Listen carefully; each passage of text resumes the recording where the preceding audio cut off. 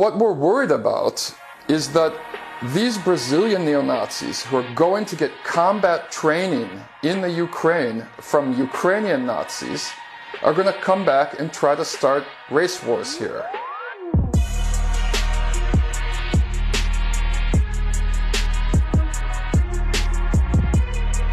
For the last several years, at least since 2015, we know that hundreds of Brazilian neo-Nazis have traveled to Ukraine to fight with groups like Azov in the Donbas region and to receive some kind of political formation on issues such as how to start race wars and things like that. We know this because in 2016, the civil police in Rio Grande do Sul state uncovered an operation involving representatives from Misanthropic Division, which is a European neo-Nazi group, who were recruiting Brazilian neo-Nazis in 7 different cities in that state to fight in the Donbas region with Azov.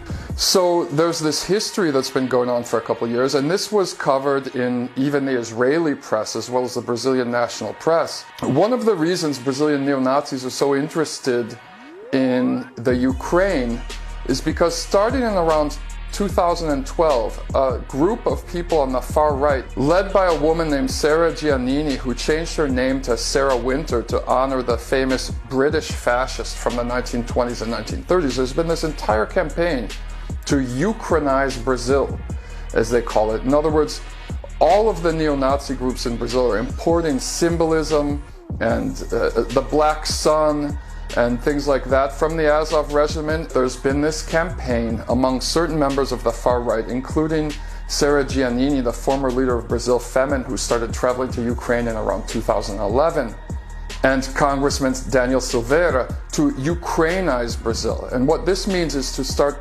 incorporating ideology from groups like Azov into the public politics of Brazil through changes in legislation and legalization of all guns, elimination of all laws against racism, elimination of laws against Nazism, and that this ideology has a certain level of attraction for disenfranchised young people, as it did in Germany in the 1920s and 1930s.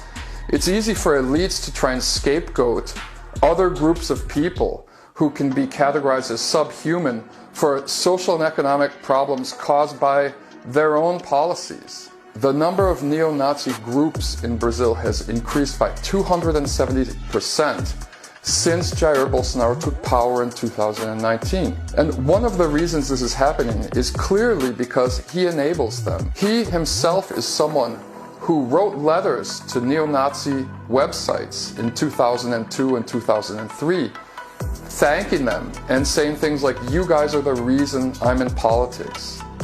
On another occasion on TV, he said that he would have fought with Hitler's army with the greatest pleasure if he was alive during that period. So he's someone himself who has fascist tendencies, fascist sympathies. He's talked about killing all of the communists in Brazil. When he talks about legalizing guns so that people can kill communists, this is a dog whistle to neo-Nazi groups. And it's a sign that they're not going to be prosecuted as much as they would have been prosecuted in the past. Last week, City Councilman Leonel Radi in Porto Alegre received yet another series of death threats by Nazis. They gave a time and a date in which they're planning to kill him, October 31st, 2022. And they also said they're going to kill Lula on that date.